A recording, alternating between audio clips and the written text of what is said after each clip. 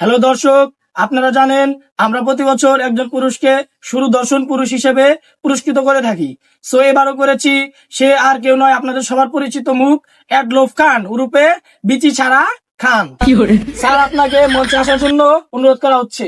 আমাদের মঞ্চে এসে পড়েছে অ্যাডলফ খান। এই পুরস্কার নিয়ে এসো, পুরস্কার নিয়ে এসো। দেখছনি এই দি বান্দরের গলায় মুক্তার মালা, কাকের মুখে সবরি কলা।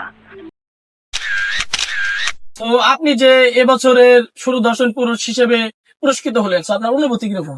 আমার অনুভূতি, আমি খুব গর্বিত। তো যাই হোক, আমাকে এটা শোনাতে আমাকে সুদর্শন পুরুষ হিসাবে অনুষ্ঠিত ঘোষণা করেছে।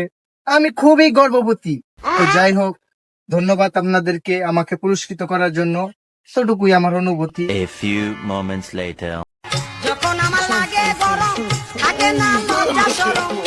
আপু দাঁড়ান দাঁড়ান দাঁড়ান, হ্যাঁ, কার আপু? সবাই তো আপনাকে আপুই বলে ডাকে, তো তাদের উদ্দেশ্যে আপনি কি বলতে চান? আমাকে আপু বলে ডাকে, আসলে ওরা আমাকে চিনেই না।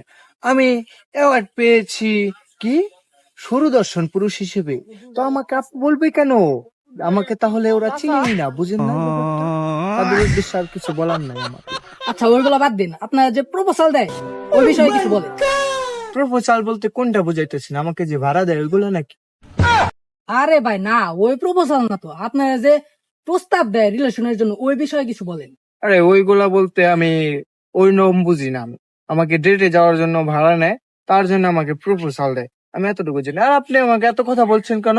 আপনাকে কেন বলবো আমি? সরেন সরেন সরেন সরেন। আপু দাঁড়ান দাঁড়ান, আপু দাঁড়ান। আমার শরম করে। জায়গা ম্যাডাম, সব সময় ভাড়া দিন।